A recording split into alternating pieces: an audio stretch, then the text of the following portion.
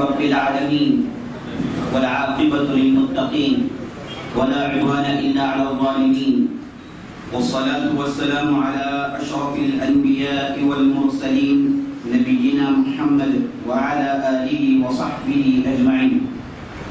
أما بعد فقال الله تبارك وتعالى: فإن الله هو مولاه وجبريل وصالح المؤمنين والملائكة بعد ذلك ظهير. تمام قسم کی تعریفیں حمد و ثنا اللہ رب العزت کی لیے جو ہمارا حقیقی مالک ہے، حقیقی خالق ہے، حقیقی مدبر ہے. لاکھوں کروڑوں درود و سلام ہو سرور کائنات فخر موجودات احمد مجتبیٰ محمد مصطفیٰ صلی اللہ علیہ وسلم پر، جنہیں اللہ تعالیٰ نے سارے کائنات کے لیے رحمت بنا کر مبعوث کیا.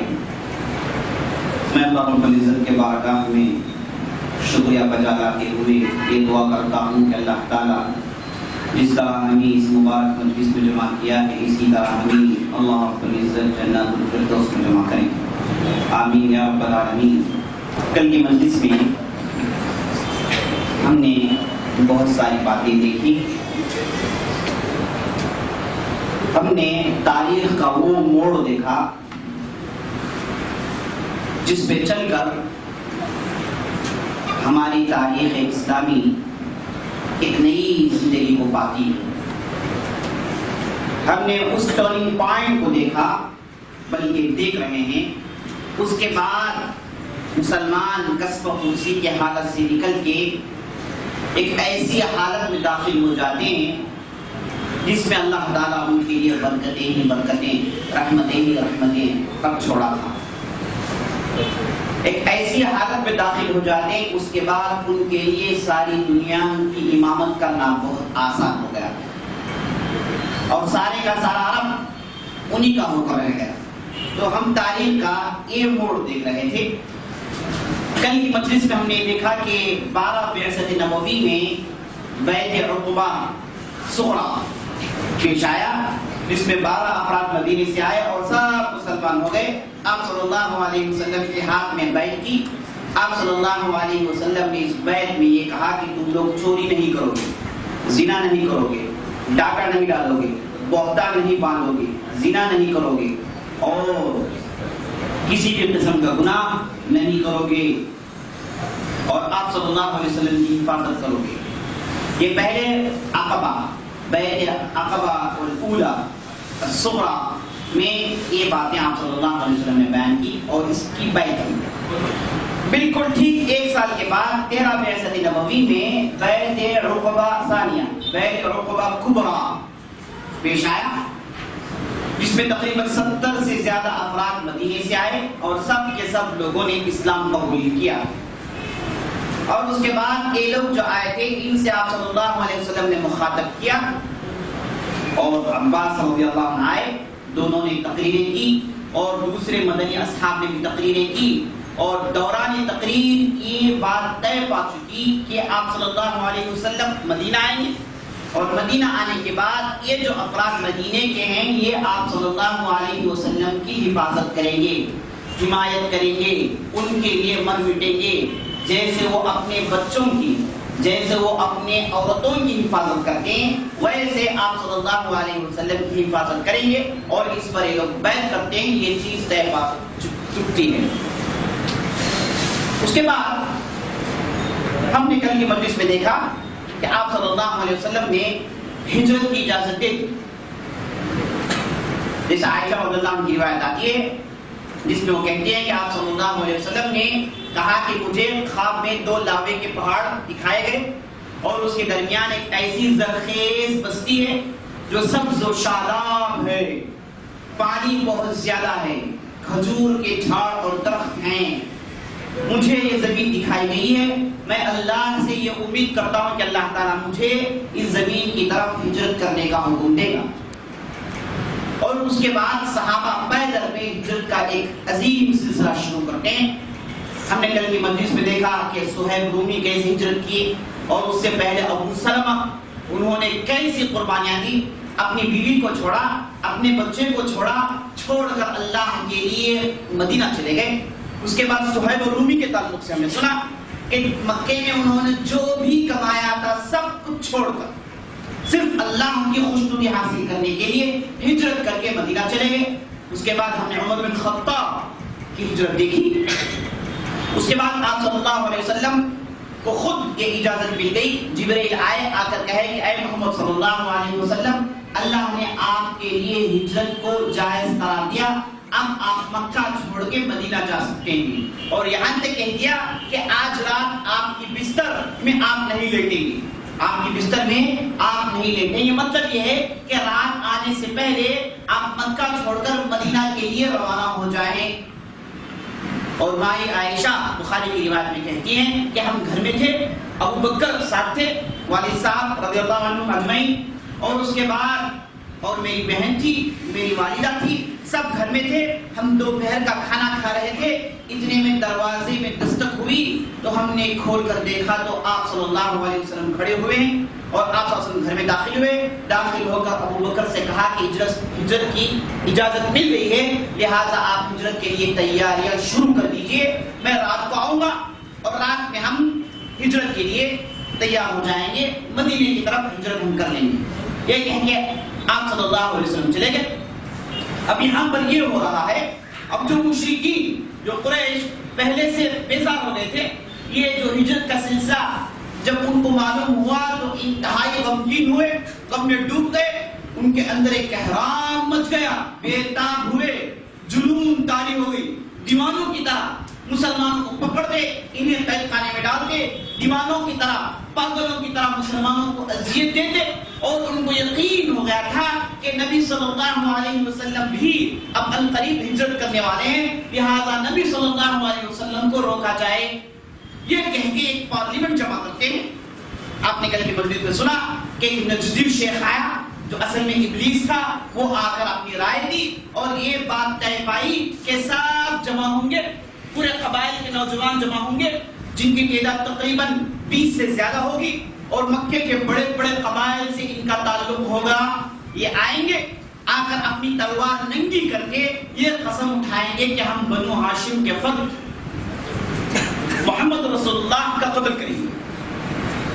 اور یہ رائے کو نجدی شیخ نے سراہا, اور اس کے بعد اسی کے مطابق سب نوجوان جمع ہوئے, جس میں ابو جہل, عقبہ بن ابی معیط اور بڑے بڑے سرداران قریش ظالمین تھے. سب نے یہ عہد اٹھایا کہ ہم محمد صلی اللہ علیہ وسلم کو اپنی تلوار سے قتل کر دیں گے. یہ سب جمع ہونے کا مقصد یہ تھا کہ قتل کر دیا جائے تو یہ معلوم نہ رہے کہ قاتل کون ہے, تاکہ بنو ہاشم والے آ کر ان پر ٹوٹ پڑے اور اس کے بعد وہ پریشان ہو جائیں. اگر قبائل زیادہ ہوں تو بنو ہاشم کتنے لوگوں سے لڑیں گے, کن کن قبائل سے نبرت آزما ہوں گے, ان کے لیے ممکن نہیں ہے. یہ سوچ کے ابو جہل نے رائے دی اور یہ نجدی شیخ نے اس رائے کو سراہا. اس کے بعد جیسے پروگرام ہوا, یہ لوگ سب جا کے آپ صلی اللہ علیہ وسلم کے گھر کے پاس جمع ہو گئے. اب آپ صلی اللہ علیہ وسلم کے گھر میں آپ صلی اللہ علیہ وسلم ہیں اور آپ کے بھتیجے علی بن ابی طالب ہیں, اور اس کے بعد آپ کی 2 بچیاں بلکہ 3 بچیاں ہیں, اور آپ کی بیوی وفات پا چکی تھی. گھر میں یہی لوگ ہیں, اور آپ صلی اللہ علیہ وسلم ابو بکر کے پاس گئے اور اس کے بعد آ کے گھر میں رہ گئے. رات ہو گئی, رات قریب ہو گئی, اب نکلنا ہے آپ صلی اللہ علیہ وسلم. اور آپ صلی اللہ علیہ وسلم کو جبرائیل کے ذریعے سے بات پہنچا دی گئی کہ دیکھیے آپ کو قتل کرنے کے لیے پورے ظالمین شیاطین جمع ہیں, سب کے پاس ننگی تلوار ہے, اب آپ باہر نکلیں گے, آپ کو قتل کرنے کے لیے تیار ہیں. اب سوال یہ ہے کہ کیوں یہ لوگ دروازہ پھوڑ کے اندر داخل نہیں ہوئے؟ ان کے لیے آسان تھا, تو بڑی تعداد تھی. وہ اس وجہ سے کہ ایسا قتل کرنا, ایسا اگر قتل ہو جائے تو مسئلہ بڑا ہو جائے گا. اگر باہر قتل کیا جائے تو یہ کہا جائے گا کہ راستے میں ملے اور ہم نے قتل کر دیا, گھر میں نہیں گھسے, کیونکہ گھر میں گھسنے کا بڑا ہی خطرناک ماجرا تھا قریش کے پاس, اور مسئلہ کہیں کا کہیں پہنچ جائے, اور گھر میں عورتیں بھی تھیں. اس وجہ سے انہوں نے چاہا کہ آپ سب باہر آئیں اور باہر قتل کیا جائے, اور ان کو معلوم تھا کہ گھر میں کوئی افراد ہے, اور آپ سب گھر میں ہیں, اور جبرائیل کے ذریعے سے بتا دیا گیا کہ اب باہر نہیں کی تلواریں سونپ کر لوگ کھڑے ہوئے ہیں. تو آپ صلی اللہ علیہ وسلم نے علی رضی اللہ عنہ بلا کر بولے کہ لو میری بستر میں تم لیٹ جاؤ. اور آپ صلی اللہ علیہ وسلم کی خاص اوڑھنی تھی, یہ خاص بستر تھا جسے آپ صلی اللہ علیہ وسلم موڑتے تھے, سبز رنگ کا تھا, ہرے رنگ کا تھا. آپ صلی اللہ علیہ وسلم نے کہا کہ اسے لے کر تم لیٹ جاؤ, اب مجھے باہر نکلنا ہے. تو علی بن ابی طالب بڑے آرام سے لیٹ گئے اور آپ صلی اللہ علیہ وسلم نے کہا کہ دیکھو بعض امانتیں ہیں میری, چونکہ مکے میں تھے اور آپ صلی اللہ علیہ وسلم کی امانت داری مشہور تھی, بڑے بڑے لوگ لا کر آپ کے پاس پیسے رکھتے تھے. تو نبی صلی اللہ علیہ وسلم نے علی سے کہا کہ دیکھو یہ پیسے ہیں, میں جانے کے بعد یہ سب امانتیں لوگوں کو پہنچانے کے بعد تم مجھے آ کے قباء میں ملنا. آپ صلی اللہ علیہ وسلم نے علی کو بتا دیا اور اس کے بعد آپ صلی اللہ علیہ وسلم دروازہ کھولے باہر نکل گئے. دیکھ رہے ہیں کہ بہت بڑی تعداد کھڑی ہے اور آپس میں لوگ گفتگو کر رہے ہیں. ابو جہل کہہ رہا ہے کہ یہ صاحب ہم کو نئی نئی باتیں بتا رہا, یہ کہیں کہ دین کا ٹھٹا مذاق اڑا رہا تھا, قرآن کی آیتوں کا ٹھٹا مذاق اڑا رہا تھا, آخرت کا مذاق اڑا رہا تھا, کہہ رہا تھا کہ یہ آخرت کیا چیز ہے, مرنے کے بعد دوبارہ ہم کو کہاں اٹھایا جائے گا, یہ تو محمد کی بہکی بہکی باتیں ہیں, ایسی ویسی باتیں کہہ کے غپے اڑا رہے تھے. سب انتظار میں آپ سب باہر نکلے. اللہ کا کرنا دیکھیے, معجزہ دیکھیے, اتنی بڑی تعداد ہونے کے باوجود بھی کسی کے بھی نظر آپ صلی اللہ علیہ وسلم نہیں آئے اور آپ صلی اللہ علیہ وسلم باہر آئے اور مٹھی بھر مٹی لی, مٹی لے کر ان لوگوں کے چہروں میں دم مارا اور سب کے آنکھوں میں مٹی گری اور سب کے آنکھوں میں پردے پڑ گئے. وجعلنا من بینہم سدا ومن خلفہم سدا, قرآن کی آیت پڑھتے ہوئے, سورہ یاسین کی آیت پڑھتے ہوئے کہ اللہ تعالیٰ نے ان کے اور ان کے درمیان پردہ حائل کر دیا, دونوں کے درمیان اللہ نے پردہ ڈال دیا. یہ آیتیں پڑھتے ہوئے آپ صلی اللہ علیہ وسلم گھر سے نکلے اور مٹی دے مارے, جس کی وجہ سے قریش اندھے ہو گئے, ان کو کچھ بھی نظر نہیں آیا. آپ صلی اللہ علیہ وسلم نے قریش کے صفوں کو چیرتے ہوئے, ان کو ہٹاتے ہوئے ان کے درمیان سے نکل گئے. اب قریش انتظار کر رہے ہیں, لیکن آپ صلی اللہ علیہ وسلم ابو بکر کے گھر کی طرف چلے گئے. اب بھی لوگ بہت دیر انتظار کیے تو اتنے میں ایک صاحب وہاں سے گزر کر بولے کہ آپ لوگ کس کا انتظار کر رہے ہیں؟ مشرکین نے کہا کہ ہم محمد کا انتظار کر رہے ہیں, تم نہیں دیکھ رہے ہو. تو وہ صاحب نے کہا کہ محمد تو چلے گئے وہ کب کا, آپ کس کا انتظار کر رہے ہیں؟ آپ لوگوں کے آنکھوں میں دھول جھونک کے وہ چلے گئے. اب قریش غصہ آیا, اس آدمی کو بھگا کر گھر میں جا کے کھڑکی سے جھانکے تو دیکھ رہے ہیں کہ بستر میں لیٹے ہوئے ہیں صاحب. یہ سمجھے کہ یہ محمد رسول اللہ ہے. واپس آ کے آپس میں گفتگو کرنے لگے, بولے کہ نہیں محمد تو لیٹے ہوئے ہیں, ابھی بیدار ہوں گے, صبح ہو جائے گی تو اب اس کے بعد ہم انہیں قتل کر دیں گے. یہ کہیں گے صبح کے انتظار میں کھڑے. جب صبح ہوئی تو وہ شطرنجی ہٹی تو اندر سے علی بن ابی طالب نکلے تو قریش کے اوپر جنون طاری ہوئی.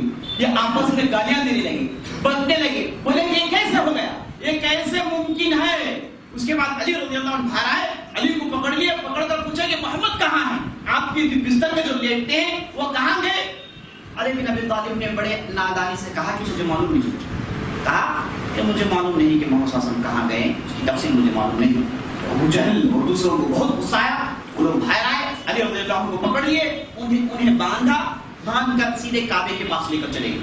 اور اس کے بعد علی رضی اللہ عنہ کو مجبور کر رہے تھے کہ وہ بتائیں کہ آپ رسول کہاں گئے.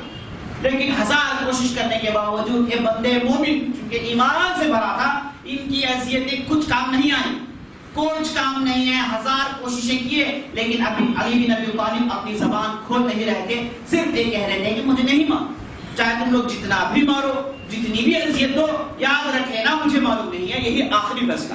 ہزار کوشش کیے لیکن علی بن ابی طالب نے زبان نہیں کھولی. جب کوشش کر کے معلوم ہو گیا کہ اب کچھ حاصل ہونے والا نہیں ہے تو علی رضی اللہ عنہ کو چھوڑ دیے اور اس کے بعد سیدھے ابو بکر کے گھر کی طرف لگ کے جا کر دستک دیے. دروازہ کھولتی ہیں اسماء بنت ابی بکر, ابو بکر صدیق کی بڑی بیٹی.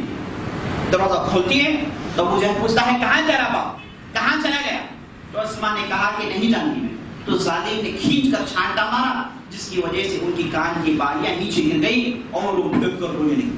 اس کے بعد ابو جہل انہیں چھوڑتا ہے اور اس کے بعد سب مل کے پھر کعبے کے پاس اتفاق کرتے ہیں کہ اب ہم کو جتنے بھی ہمارے پاس وسائل ہیں, جتنا بھی ممکن ہے سب استعمال کرنا چاہیے. سب استعمال کر کے محمد صلی اللہ علیہ وسلم کو مکے سے باہر جانے نہیں دینا چاہیے. اور اس کے بعد اسی مجلس میں انہوں نے یہ اعلان کیا کہ اگر کوئی آدمی محمد یا پھر ابو بکر کو زندہ یا مردہ پکڑ کر لائے تو اسے ہر فرد کے بدلے 100 اونٹ دیا جائے گا، 100 اونٹ دیا جائے گا اور سرخ اونٹ دیے جائیں گے۔ تو بڑا ہی کرام قدر انعام تھا اور اس کا اعلان ہو گیا تھا۔ اب لوگ جو مشرکین تھے وہ آپ صلی اللہ علیہ وسلم کی تلاش میں لگ گئے۔ اب ادھر آپ صلی اللہ علیہ وسلم گھر سے نکلے، ان کی آنکھوں میں دھول جھونکا، سیدھے ابو بکر کے گھر میں داخل ہوئے اور ابو بکر صدیق رضی اللہ عنہ پہلے سے تیار تھے۔ انہوں نے بہترین پروگرام بنا لیا، چونکہ تاجر آدمی تھے اور ذہین آدمی تھے، ان کو معلوم ہو گیا کہ کیسے آپ صلی اللہ علیہ وسلم کو بچا کر مدینے کی طرف لے کر جانا ہے۔ تو کئی لوگوں کو انہوں نے امپلائی کیا صرف اس مقصد کے لیے۔ آپ نے عبداللہ بن ابی بکر سے کہا، جو آپ کے بڑے فرزند تھے، ابو بکر کے بڑے فرزند تھے، ان سے کہا کہ آپ کا کام یہ ہے کہ روزانہ تم آؤ گے، ہمارے ساتھ رات بتاؤ گے اور صبح ہونے سے پہلے تم مکے میں داخل ہو جاؤ، اور مکے میں داخل ہونے کے بعد مکے میں سارا دن گزارو گے اور مکے میں جو بھی ہو رہا ہے، جتنے بھی اخبار ہیں سب کو جمع کرو گے اور پھر رات میں آ کے پوری تفصیل سنا دے گے۔ اور ابو بکر نے بالکل 3 دن کا پروگرام بنایا، 3 راتیں اور تقریباً 2.5 دن ایک غار میں رہنے کا پروگرام بنایا، اور غار کا انتخاب بھی ہو گیا۔ تو ابو بکر کے بیٹے عبداللہ بن ابو بکر ایک کام کر رہے تھے، اس کے بعد ابو بکر کے خاص اسٹاف، ان کے خاص آدمی جن کا نام عبداللہ بن عریقط تھا، کیونکہ ابو بکر تاجر آدمی تھے اور راستوں سے واقف تھے اور ان لوگوں کو بھی جانتے تھے جو راستے کے ماہر تھے۔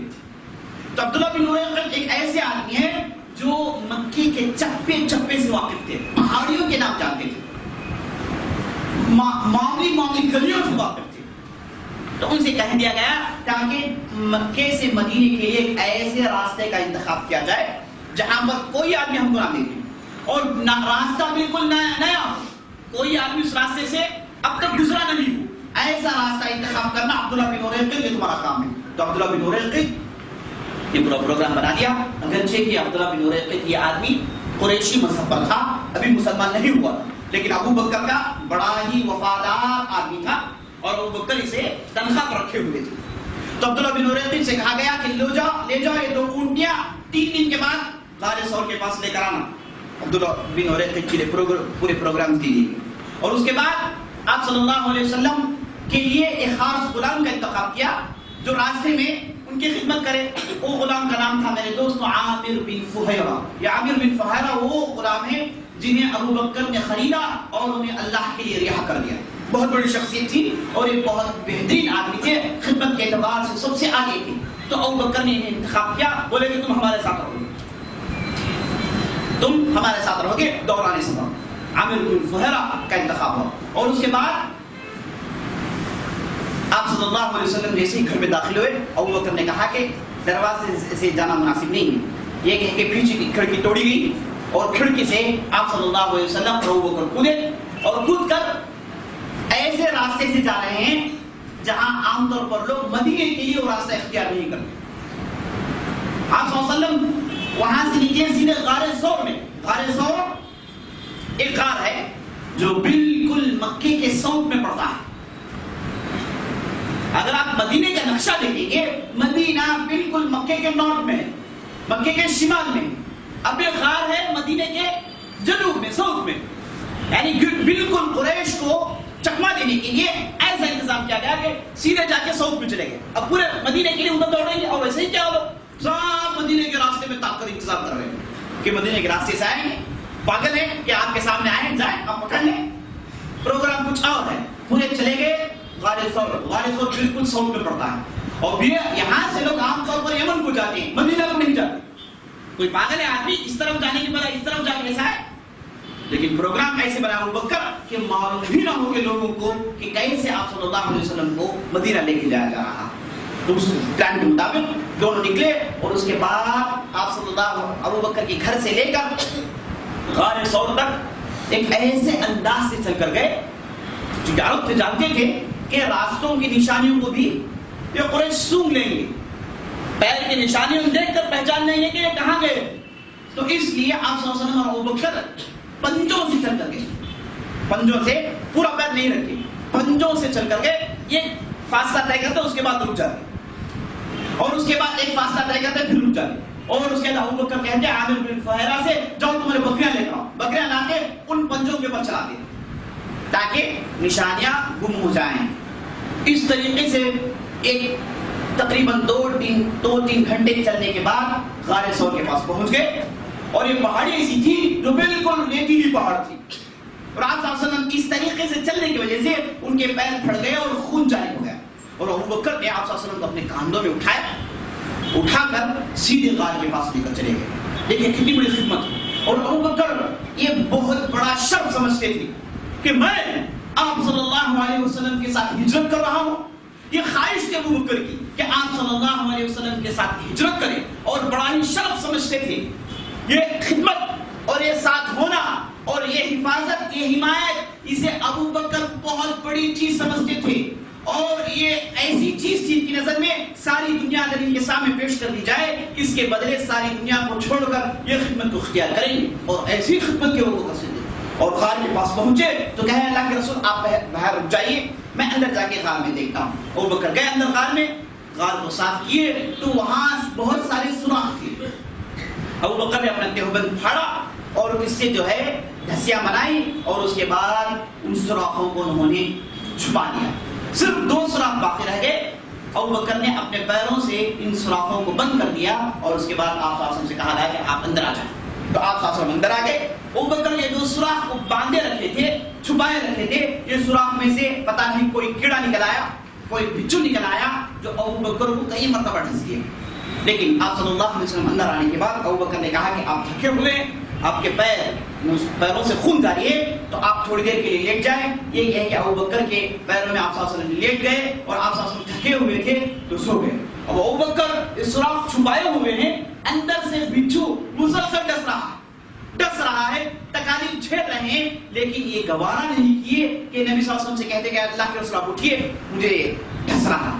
یہ کہنا پسند نہیں کیے, بولے کہ تکالیف جھیلوں گا آپ صلی اللہ علیہ وسلم کو آرام ہو جائے. یہ کہیں گے آپ صلی اللہ علیہ وسلم سوتے رہے یہاں تک کہ ابو بکر تکالیف جھیل کے ان کے آنکھوں سے آنسو جاری ہو گئے. اب یہ آنسو آپ صلی اللہ علیہ وسلم کے گال میں ٹپکے تو آپ صلی اللہ علیہ وسلم بیدار ہو گئے. پھر بولے کہ کیا بات رہا ہے, کیوں آپ رو رہے ہیں؟ تو ابو بکر نے کہا اللہ کے رسول پتہ نہیں کوئی چیز مجھے کئی مرتبہ ٹھستی ہے. تو آپ صلی اللہ علیہ وسلم نے کہا کہ بتاؤ کون سی جگہ ہے. بتایا گئے تو آپ صلی اللہ علیہ وسلم نے قدرتی اینٹی بایوٹک نکالی.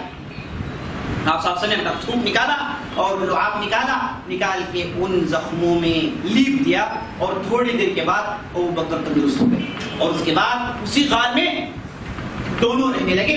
اب ان کے ساتھ جو غلام تھے ان کا کام یہ تھا کہ وہ کہاں نہیں رہتے, غار میں نہیں رہتے, بکریاں نہ ڈال کے بڑی آرام سے یہی جی بکریاں لے کے گھومتے رہتے تھے آس پاس کے علاقے میں, اور جہاں کہیں بھی پیروں کے نشان دیکھتے بکریوں کو چلاتے تاکہ نشان بالکل ختم ہو جائے.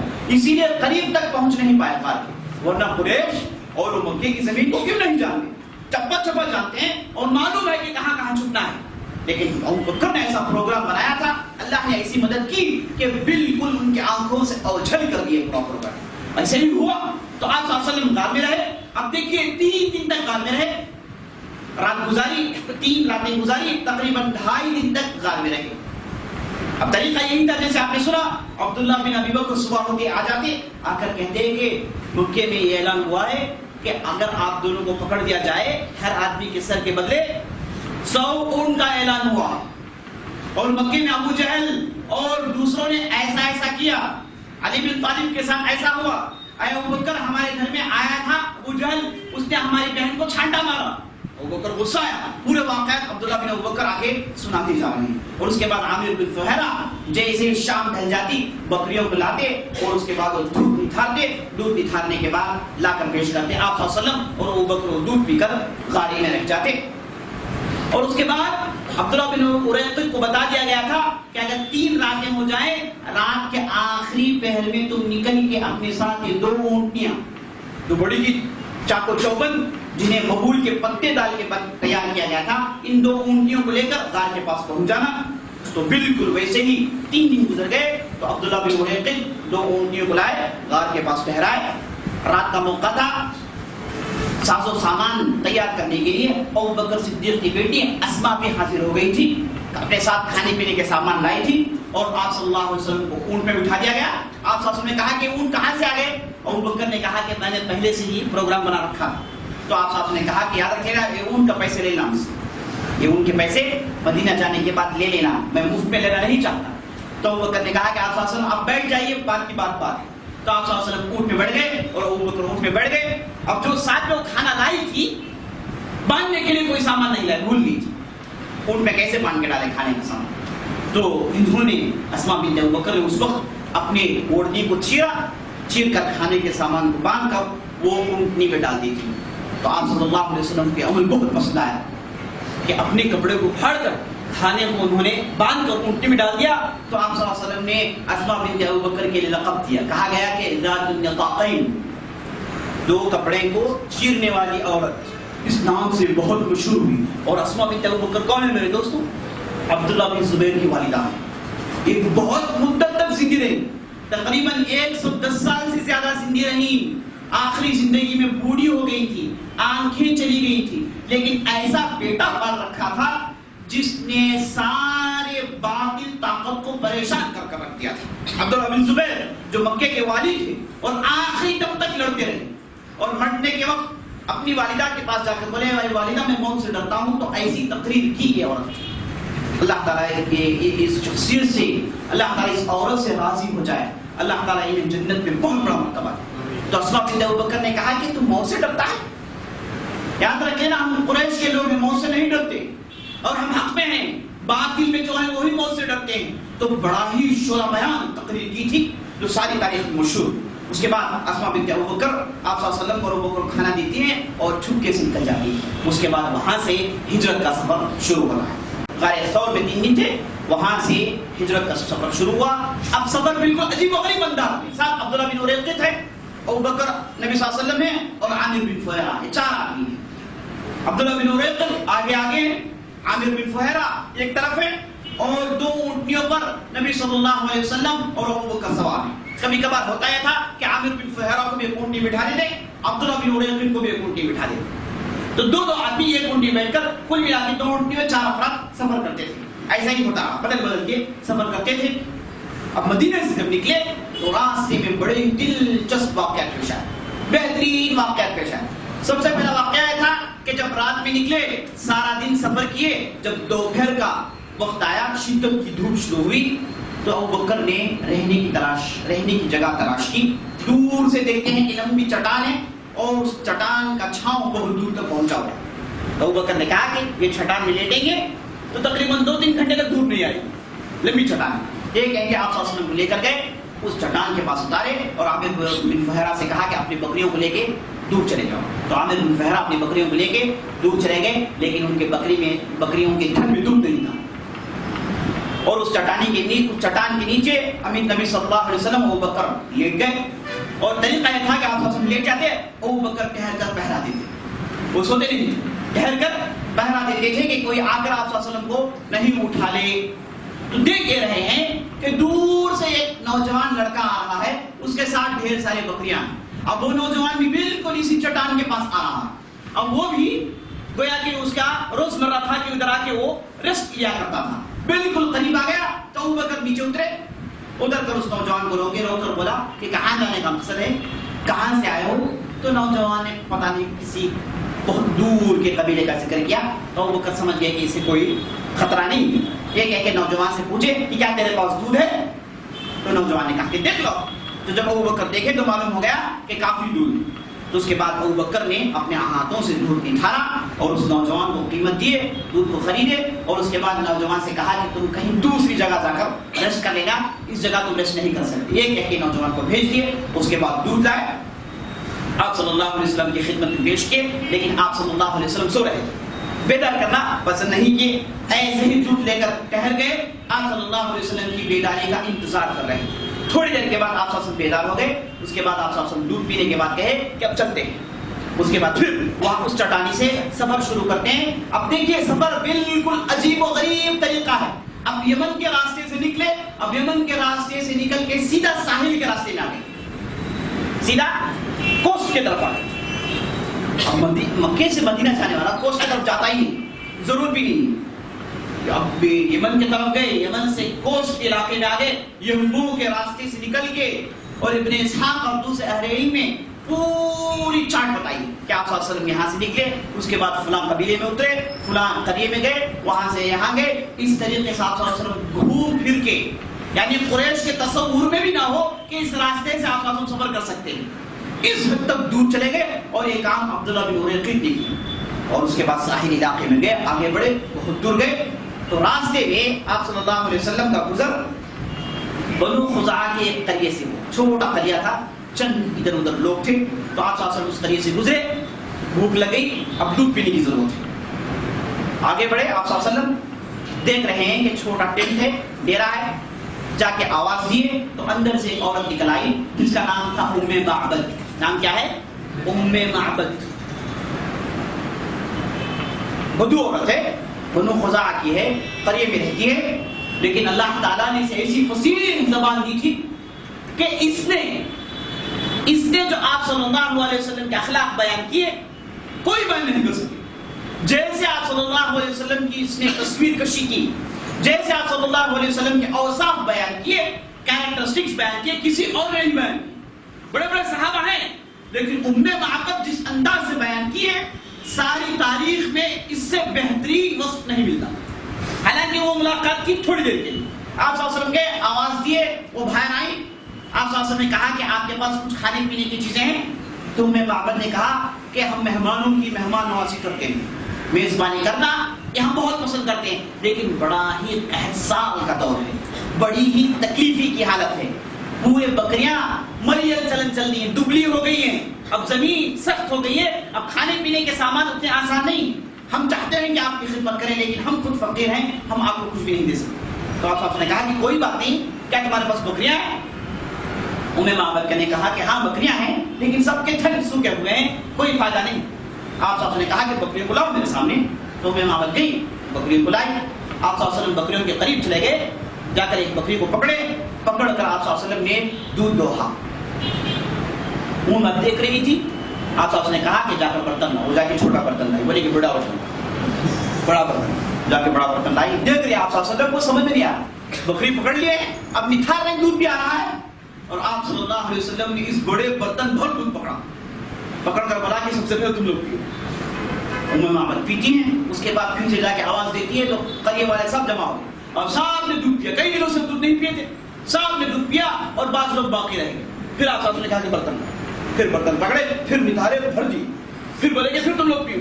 سب جب پی کے صحیح ہو گئے تو آپ صلی اللہ علیہ وسلم نے تیسری مرتبہ نتھارا، خود پیے اور ابو بکر کو پلائے.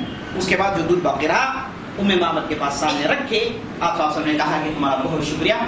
اور ام معبد اور دوسرے لوگ دنگ ہو کر دیکھ رہے ہیں. اور آپ صلی اللہ علیہ وسلم پورا کام کیے، دودھ پیے اور اس کے بعد سفر کر کے نکل گئے. صرف اتنا ہی ام معبد نے دیکھا آپ صلی اللہ علیہ وسلم، اتنا ہی دیکھا.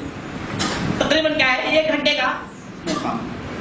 اور اس کے بعد وہ چلے گئی، آپ صلی اللہ علیہ وسلم چلے گئے تو ام معبد کے شوہر جن کا نام ابو معبد تھا وہ تھوڑی دیر کے بعد ان کے ساتھ ان کی بکریاں لائے. آ کر جو ہے شکایت کرنے لگے، بولے کہ نہیں بھائی زمین بہت سخت ہے، کہیں پر بھی گھاس نہیں، دیکھو بکریاں دودھ نہیں دے رہی، دیکھو دبلی پتلی ہو گئی ہیں، مریم چلتی ہے. تو ام معبد نے کہا کہ دیکھو ہمارے پاس ایک صاحب آئے تھے، انہوں نے ہمارے لیے بہت سارا دودھ دھویا، یہ لو تم بھی دودھ پی لو. تو ابو معبد کے ذہن میں بھی نہیں تھا کہ اتنا دودھ مل جائے گا. وہ سارا دودھ پیتے، دودھ پی کر پوچھتے ہیں کہ کون آیا تھا بھائی، کون آیا تھا، دودھ اتنا سارا دودھ کون لا کر دیا تھا؟ تو ام معبد کہتی ہے کہ ایک نوجوان آیا، اس کے ساتھ ایک دوسرا نوجوان، لیکن اس پر بوڑھے کے آثار تھے، بڑھاپے کے آثار تھے. لیکن ایک نوجوان تھا جس کی داڑھی کالی تھی اور شکل و صورت سے قریشی نظر آ رہا. اس کے بعد ام معبد نے ایک 10 جملے بولے اور گویا کہ آپ صلی اللہ علیہ وسلم کا فوٹو نکال کے ابو معبد کے پاس دے دیا. بولتی ہیں کہ وہ آئے تھے، وہ جب بھی بات کرتے گویا کہ موتی گر رہا، جب بھی بات کرتے گویا کہ موتی جھٹک رہے ہیں. اور اس کے بعد ان کے کھانوے ایسے تھے، وہ اتنے اونچے تھے، گورے رنگ کے تھے، قریش معلوم ہو رہے تھے. ان کے ساتھ ایک صاحب تھے، وہ بھی قریشی معلوم ہو رہے تھے. اور اس کے بعد یہ صاحب جو تھے ان کی وہ اتنی خدمت کرتے تھے کہ ان کو سر پر اٹھا کر رکھے تھے. یہ جیسے ہی پلٹتے وہ بھی ساتھ پلٹتے, یہ اٹھتے تو وہ بھی ساتھ اٹھتے, یہ بیٹھتے وہ بھی ساتھ بیٹھتے, گویا کہ انہیں وہ فالو کرتے جا رہے ہیں. اور اس کے بعد یہ جو محمد اور یہ جو صاحب تھے قریش کے, یہ آگے بڑھے, ان کے ہاتھ ایسے تھے, ان کے پیر ایسے تھے, یہ ایسا بیٹھے, ایسا دودھ نکھارے, ایسے کھڑے ہوئے, ان کے بال ایسے تھے, ایسا تلوا باندھے تھے, اور اون پر بیٹھے تو ایسے بیٹھے, اس طریقے سے بیٹھے. تو ایسی تصویر کشی کی.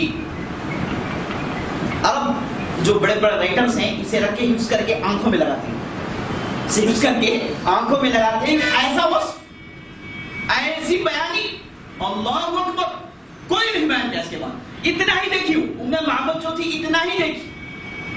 اب دیکھیں ساتھ عائشہ رضی اللہ عنہ ہیں, ابو بکر ہیں, بڑے بڑے صحابہ ہیں, کسی نے بھی ایسا وصف نہیں بیان کیا جیسے وہ بیان. اور آج تک تاریخی میں وہ وصف موجود, عربی کی شستر اور بہترین جملے موجود. تو ام معبد جب بیان کی تو ابو معبد گویا کہ دیکھ چکے, بولے کہ یہ محمد بن عبداللہ ہے. اب تم تو کہہ رہی ہو یہ محمد بن عبداللہ ہے, ان کو میں نے مکے میں ملاقات کیا, اور یہی ہے جن کے تعلق سے قریش پریشان ہے, انہی کی تلاش میں لگے ہیں, وہی آئے تھے ادھر. اگر کاش میں ہوتا تو میں بھی ان کے ساتھ ہوتا اور میں ان کی تباہ کرتا. ابو معبد کہتے ہیں کہ اگر کاش وہ میرے ساتھ ہوتے میں ان کی تباہ کرتا اور ان کے ساتھ میں چلے جاتا, لیکن چلے گئے وہ. ایک واقعہ پیش آیا. اس کے بعد آپ صلی اللہ علیہ وسلم آگے بڑھے تو راستے میں آپ صلی اللہ علیہ وسلم کا طریقہ یہ تھا کہ کبھی کبھار آگے آپ صلی اللہ علیہ وسلم بیٹھ جاتے, اونٹ کے پیچھے ابو بکر صدیق بیٹھ جاتے, دونوں ایک ہی اونٹ پہ بیٹھ جاتے تاکہ گفتگو کرنے میں آسانی. اور آپ صلی اللہ علیہ وسلم کا سفر پورا قرآن پڑھتے, بس کچھ اور نہیں, قرآن پڑھتے جاتے, بیچ سے ابو بکر قرآن سیکھتے جاتے, حفظ کرتے جاتے, قرآن پڑھتے جاتے. اب جب تھک جاتے ابو بکر سے کہتے ہیں کہ بھائی کوئی شعر سنا, کبھی ایک شعر سناتے, پھر رک جاتے, پھر قرآن پڑھتے, یہی طریقہ. اور آپ صلی اللہ علیہ وسلم کے اندر بالکل کوئی پریشانی نہیں. ابو بکر بہت پریشان, پلٹ پلٹ کر دیکھ رہے ہیں آپ صلی اللہ علیہ وسلم سے, جو ہے کہہ رہے ہیں کہ آپ ادھر نہ جائیں, ادھر نہ جائیں, ایسے نہ کریں, یہاں نہ بیٹھیں. لیکن آپ صلی اللہ علیہ وسلم بے فکر ہیں, آرام سے آ رہے ہیں, آرام سے جا رہے ہیں. لیکن ابو بکر بہت فکر مند ہے, غمگین, گویا کہ سمجھتے ہیں کہ دنیا کا سب سے بڑا آدمی میرے ہاتھ میں, اس کی خدمت کرنا ساری دنیا کی خدمت ہے.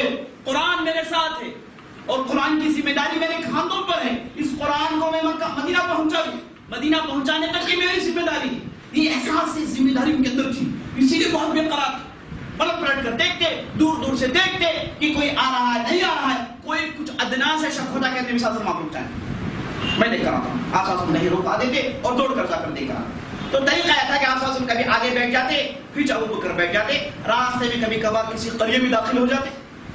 طریقہ یہ تھا کہ بائی پاس میں نہیں, بائی پاس میں تو آ جائیں گے پروش جی, بائی پاس نہیں, قریوں کے اندر گھس گئے, قریوں کے اندر جاتے ہیں, گاؤں کے اندر جاتے ہیں. اب کھانے پینے کا مسئلہ حل ہو جاتا ہے, وہاں سے نکل کے چلے جاتے ہیں. بائی پاس روڈ نہیں, یہ قریش صرف تجارت کے لیے بائی پاس روڈ استعمال کرتے, اور قریش بائی پاس روڈ سے واقف ہیں.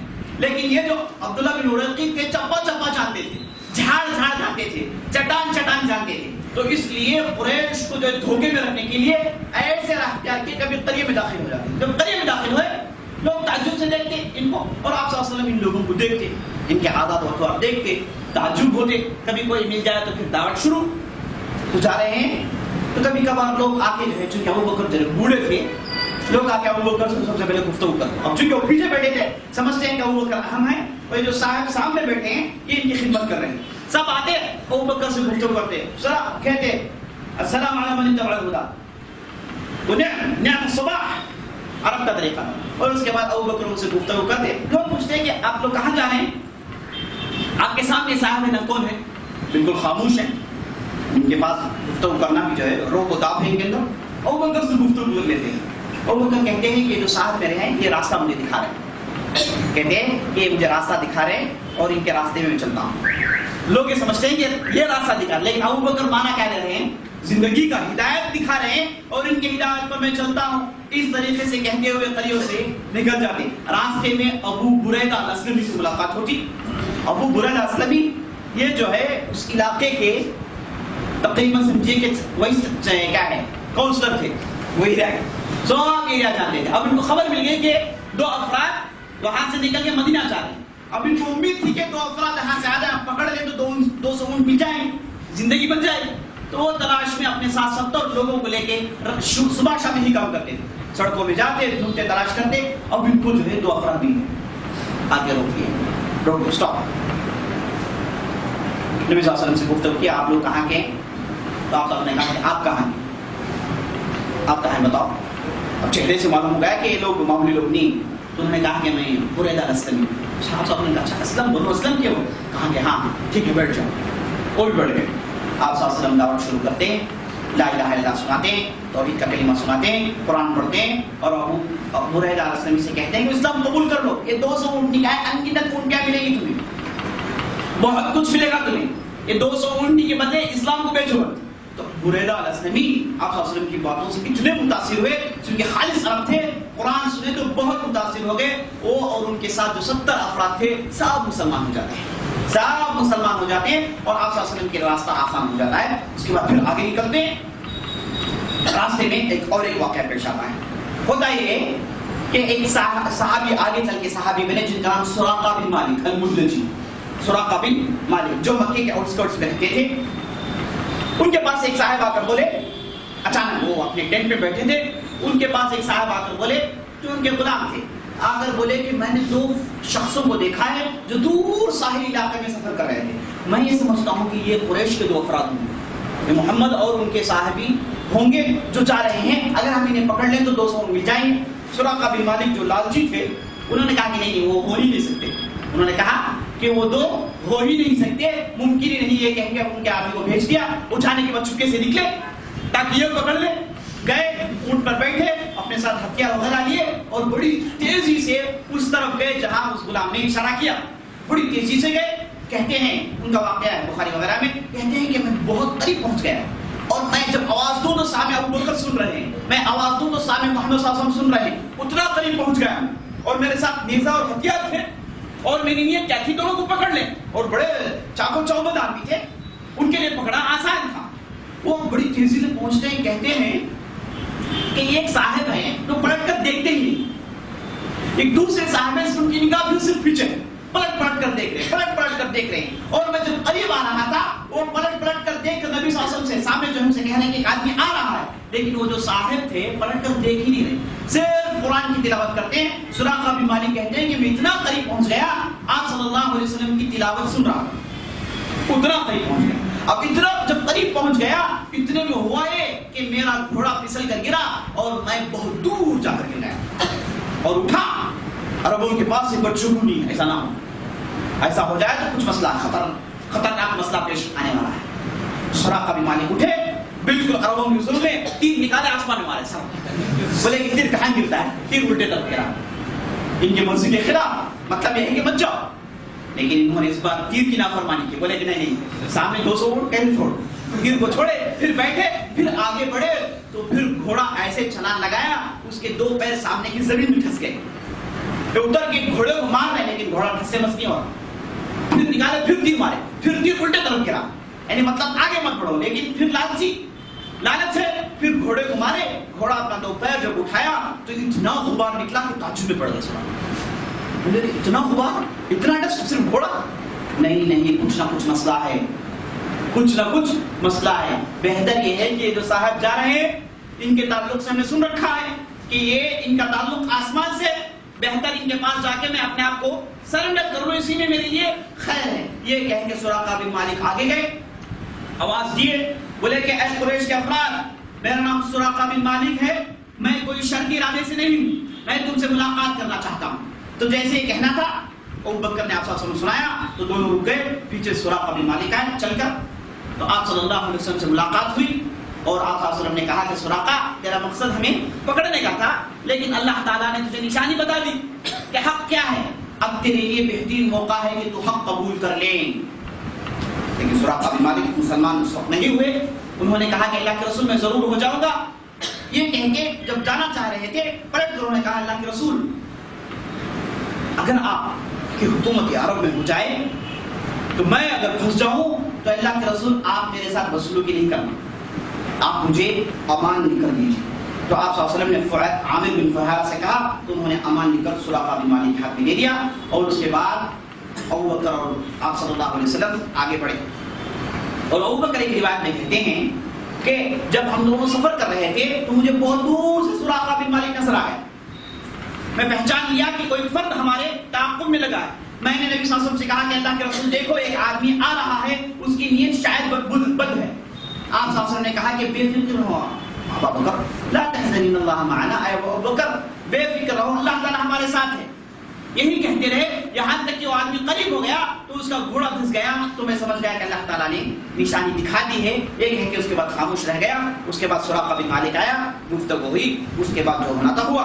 اس طریقے سے میرے دوستوں آپ صلی اللہ علیہ وسلم جب مدینے کے قریب گئے، زبیر بن العوام سے ملاقات ہوئی. وہ تجارت سے واپس آ رہے تھے. وہ اپنے ساتھ ڈھیر سارے کپڑے لائے تھے، خاص طور پر سفید کپڑے لائے تھے جو آپ صلی اللہ علیہ وسلم پسند کرتے تھے. انہوں نے آپ صلی اللہ علیہ وسلم کو ایک سفید کپڑا دیا، اور ابو بکر جو ان کے سسرے تھے ان کو بھی ایک سفید کپڑا دیا. تو دونوں نے سفید کپڑے لیے، اور جب بالکل قباء کے قریب ہو گئے تو دونوں نے سفید کپڑے پہن لیے. آپ صلی اللہ علیہ وسلم نے اور ابو بکر نے سفید کپڑے پہن لیے. یہ سفر کتنے دن کا تھا؟ کہا جاتا ہے کہ 7 دن کا تھا، کہا جاتا ہے 8 دن کا تھا. تقریباً 1 ہفتے کا سفر، اور گھوم کر آئے تھے اور بڑی تیزی سے آئے تھے تاکہ قریش سے بچ جائے. تو ان قریب تھے کہ مدینے میں داخل ہو جائے. اب مدینے میں یہ ہوا کہ مدینے میں بات پہنچ گئی کہ محمد رسول اللہ آ رہے ہیں، ان کا سفر شروع ہو گیا ہے. اب ان قریب مدینے میں داخل ہوں گے. یہ سننا تھا پورے مدینے والے روزانہ قباء کے پاس جمع ہوتے، کیونکہ قباء کیا ہے؟ مکے والوں کے لیے انٹری ہے، اور قباء مدینے کا حصہ ہے. سب قباء کے پاس جمع ہوتے، جمع ہو کر دور دور تک تاک تاک کر انتظار کرتے. روزانہ یہی شیوانی. صبح ہوتا فوراً پورے جمع ہو جاتے، بہت بڑی تعداد جمع ہو جاتی، اور سب چٹانوں میں چڑھ کر دور سے دیکھتے رہتے کہ کوئی آ رہا ہے نہیں آ رہا. اور اب آپس میں چہل گولیاں چل رہی ہیں، آپس میں گفتگو چل رہی ہے کہ محمد رسول اللہ آئیں گے، وہ ایسے ہوں گے، ان کے ساتھ ابو بکر ہے وہ ایسے ہوں گے، ان کا حلیہ ایسا ہے، یہ ایسی گفتگو کریں گے. آپس میں بےتابی بے قراری ہے سب کو کہ آپ صلی اللہ علیہ وسلم کو دیکھیں. روزانہ جمع ہوتے، اور روزانہ جو ہے جب نہ ہونے کی وجہ سے واپس چلے جاتے. تو ابن القیم کہتے ہیں کہ مدینے کی تاریخ میں ایک ایسا موقع نہیں دیکھا گیا، بلکہ سارے عرب کی تاریخ میں یہ جو موقع تھا ایسا موقع نہیں دیکھا گیا کہ ایک آدمی کے انتظار کے لیے سارے بستی والے نکل آئے اور سب انتظار کر رہے ہیں. اب انتظار میں صرف مسلمان نہیں بلکہ مشرکین بھی ہیں، اور ان کی بہت بڑی تعداد ہے. تو انتظار کر رہے تھے یہاں تک کہ پیر کا دن آ گیا، 14 ربیع الاول، پہلی ہجری. آپ صلی اللہ علیہ وسلم بہت دور سے نمودار ہوئے. 2 شخص نمودار ہوئے. تو یہ سب سے پہلے دیکھنے والا یہودی تھا. سب انتظار کر رہے تھے. ایک یہودی اتفاق سے چٹان پہ اوپر چڑھا. اوپر چڑھ کے دیکھا کہ 2 فرد آ رہے ہیں. چٹان کے نیچے آ کر بولا کہ 2 شخص آ رہے ہیں، اور دونوں سفید لباس میں ہیں، ملائکہ کے مانند ہیں، روشن ہیں، منور ہیں، لوگ بہت دور سے آ رہے ہیں. یہ کہنا تھا. صاف چڑھ کے چٹان پہ دیکھے تو معلوم ہو گیا کہ محمد رسول اللہ اور ان کے صحابی ابو بکر دونوں مدینے کی طرف آ رہے ہیں. سب جمع ہو گئے. آپ صلی اللہ علیہ وسلم قریب آ رہے ہیں. سب بچیاں جمع ہو گئی، سب اشعار پڑھ رہی ہیں، سب خوشی میں ہیں. اور جیسے آپ صلی اللہ علیہ وسلم قریب آ رہے ہیں، نعرے تکبیر، اللہ اکبر کے نعرے آسمان کو جو ہے سکن کر رہے تھے. آسمان کی جو ہے بلندیوں تک پہنچ رہے تھے. یہ بڑا ہی بھیانک گونج مدینے کی گلیوں میں ہونے لگا. سب بڑی آواز اللہ اکبر کہتے رہے. اور اس کے بعد آپ صلی اللہ علیہ وسلم وقت قریب آئے، اور قریب آ کے سب سے پہلے مدینے میں داخل ہوئے. داخل ہوتے ہی سب آئے، سب آ کر ملاقات کرنے لگے. طریقہ تھا سب آئے، سب چاہتا ہے کہ آپ صلی اللہ علیہ وسلم سے ملاقات کریں. لیکن مسئلہ یہ تھا کہ ان میں فرق نہیں کر پائے کہ کون محمد رسول اللہ ہے، کون ابو بکر ہے. اب پوچھنا بھی نہیں چاہتے، گئے دونوں سے ملاقات کریں. لیکن زیادہ فوکس ابو بکر پر ہے، کیونکہ ان کی داڑھی تھوڑی سفید تھی اور ان کے اندر جو ہے بڑھاپے کے آثار تھے، بڑے ہونے کے آثار تھے. تو سب نے سمجھ لیا کہ یہی نبی ہے. لیکن دونوں خاموش ہیں، سب آ رہے ہیں، مل رہے ہیں. اس کے بعد آپ صلی اللہ علیہ وسلم نے کہا کہ آگے جائیں گے. آگے گئے، بنو عمرو بن عوف کے علاقے میں داخل ہوئے. وہاں پر ایک جھاڑی تھی، اس کے نیچے بیٹھنے کی جگہ تھی. تو آپ صلی اللہ علیہ وسلم بیٹھ گئے اور ان کے ساتھ ابو بکر بیٹھ گئے. اب سب آ رہے ہیں، سب آ رہے ہیں. اور یہود بھی آئے، اور یہود کو ان کے نبی جن کا نام حبقوق تھا ان کا قول یاد آ گیا. یہود آپس میں کہنے لگے کہ ہمارے ایک نبی ہیں جن کا نام حبقوق، انہوں نے یہ بشارت دی تھی کہ ایک فرد آئے گا، فاران کی چوٹیوں سے آئے گا، یہ مکے سے آئے گا، اور وہ زرخیز زمین میں داخل ہوگا. اب وہ اس بستی میں داخل ہوگا تو ایک بہت بڑا فنکشن منایا جائے، بہت بڑا جلسہ منایا جائے. ان کی کتابوں میں بالکل وہ یہود دیکھ رہے ہیں کہ آپ صلی اللہ علیہ وسلم آئے، سارے مدینے کے لوگ آ رہے ہیں، استقبال کر رہے ہیں، سب خوش ہیں، اللہ اکبر کی تکبیر بلند ہے. تو یہ خود آپس میں گفتگو کرنے لگے، ہو نہ ہو یہ سچی نبی ہے، ہو نہ ہو یہ نبی آخر الزمان ہے، ان کو معلوم ہو گیا۔ تو آپ صلی اللہ علیہ وسلم آئے، قبیلے بنو عمرو بن عوف کے پاس داخل ہوئے، ان جھاڑیوں کے پاس بیٹھ گئے۔ اب لوگ آ رہے ہیں، سب ملاقات کر رہے ہیں، اب سب کو معلوم نہیں کہ کون ابو بکر ہے، کون محمد رسول اللہ ہے، یہاں تک کہ دھوپ آ گئی۔ جب دھوپ آ گئی تو ابو بکر نے آپ صلی اللہ علیہ وسلم کے لیے چھاؤں کا انتظام کیا۔ تو تب لوگوں کو معلوم ہوا کہ نہیں ہم دھوکے میں تھے، یہ صاحب نبی نہیں ہے، یہی نبی۔ تو سب جمع ہوئے، آپ صلی اللہ علیہ وسلم گفتگو کرنے لگے، اور آپ صلی اللہ علیہ وسلم تقریباً قبا میں بعض روایتوں کے مطابق 4 دن رہے، اور بعض روایتوں کے مطابق 8 دن رہے، اور بعض روایتوں کے مطابق تقریباً 24 دن رہے، 20 پر 4 دن تک قبا میں رہے۔ مختلف روایتیں، لیکن آپ صلی اللہ علیہ وسلم قبا میں رہے، اور دوران آپ صلی اللہ علیہ وسلم کی اقامت میں آپ صلی اللہ علیہ وسلم نے مسجد قبا کا انتظام کیا، اس کی بنیاد ڈالی، لوگوں کو بتایا کہ یہاں پر مسجد آنی چاہیے، اور اس کے بعد مختلف قبائل سے ملاقات کی، اور آپ صلی اللہ علیہ وسلم کلثوم بن ہدم کے گھر میں رکے۔ کیوں ان کے گھر میں رکے؟ آخر کلثوم بن ہدم کا تعلق آپ صلی اللہ علیہ وسلم سے کیا ہے، کسی کو نہیں معلوم۔ آپ صلی اللہ علیہ وسلم قبا میں گئے اور کلثوم بن ہدم کے گھر میں ٹھہرے، اور جتنے بھی دن رہے کلثوم بن ہدم کے گھر میں رہے، اور علی بن ابی طالب جو مکے میں تھے، دوسرے دن سب اٹھے، دوسرے دن اٹھنے کے بعد سب کی امانتیں تقسیم کی، اور اس کے بعد چل کر قبا میں داخل ہو گئے، اور آپ صلی اللہ علیہ وسلم سے آ کر مل کر بتایا کہ اللہ کے رسول میں نے میرا کام ختم کر دیا۔ اس کے بعد علی بن ابی طالب، اور اس کے بعد آپ صلی اللہ علیہ وسلم اور ابو بکر سب مل کے کلثوم بن ہدم کے گھر میں مہمان رہے، جتنے بھی قبا میں رہے سب مہمان بن کر رہے۔ اس کے بعد قبا میں رہے، نکلنے کا پروگرام بنائے، تو آپ صلی اللہ علیہ وسلم نے بنو نجار کے لوگوں کو خط لکھا، بتایا کہ دیکھو میں آ رہا ہوں، اور بنو نجار کے لوگ آپ صلی اللہ علیہ وسلم کے ننھیال ہیں، آپ صلی اللہ علیہ وسلم کے نانا بنو نجار کے، آپ صلی اللہ علیہ وسلم کی نانی بنو نجار کی۔ اور سنیں آپ کہ کیسے آپ صلی اللہ علیہ وسلم کے والد عبداللہ بن عبد المطلب کیسے آمینہ سے شادی کیے، اور ان کی جو والدہ تھی ان کا کیا تعلق تھا آپ نے سنا۔ تو بنو نجار سے آپ صلی اللہ علیہ وسلم کا گہرا تعلق تھا، چاہے کہ بنو نجار میں جا کر رہیں۔ تو بنو نجار کے لوگوں کو خط لکھے، وہ سب آئے، سب آ کے آپ صلی اللہ علیہ وسلم کو لے کر گئے۔ اس کے بعد آپ صلی اللہ علیہ وسلم پیر کے دن مدینے میں داخل ہوئے۔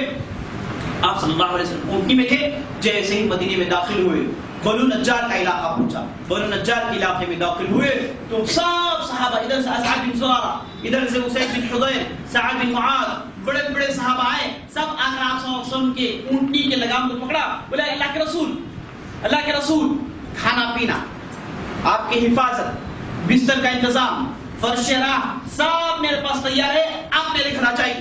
ایک دوسرے صحابی آتے، وہ دوسرا لگام پکڑتے، کہتے کہ آپ نہیں ہیں، اے اللہ کے رسول میرا تعلق آپ سے پرانا ہے، آپ میرے گھر میں رہیں۔ اسعد بن زرارہ آ کے بولے کہ اللہ کے رسول سب سے پہلے میں نے آپ پر بیعت کیا ہے، اللہ کے رسول میں سب سے قریب آپ کا آدمی ہوں، آپ میرے گھر رہیں گے۔ لیکن آپ صلی اللہ علیہ وسلم کسی کا دل توڑنا نہیں چاہتے، اور اللہ نے ایسا انتظام کیا۔ آپ صلی اللہ علیہ وسلم نے کہا کہ آپ لوگ آپس میں لڑیے مت، یہ جو اونٹنی ہے یہ اللہ کے حکم سے چل رہی، میں نہیں چلا رہا ہوں، یہ اونٹنی کو میں نہیں چلا رہا ہوں، یہ اونٹنی اللہ کے حکم سے چل رہی ہے، جہاں کہیں بھی بیٹھ جائے گی وہاں میرا ٹھکانہ ہوگا۔ تو جیسے ہی آپ کا حکم تھا سب ہٹ گئے، یہ اونٹنی داخل ہوئی بنو نجار کے علاقے میں، اور اب جہاں مسجد ہے مسجد نبوی وہاں پہنچتی ہے، اور مسجد میرے دوستوں بنو نجار کے علاقے میں، تو مسجد میں داخل ہوئی، اور مسجد جہاں ہے اس علاقے کے قریب گئی، تھوڑی دیر کے لیے رکی، آپ صلی اللہ علیہ وسلم نے اونٹنی کو کچھ نہیں کہا، روکی رہی، اس کے بعد چلتی آگے بڑھی، ادھر دیکھی ادھر دیکھی، پھر واپس آئی،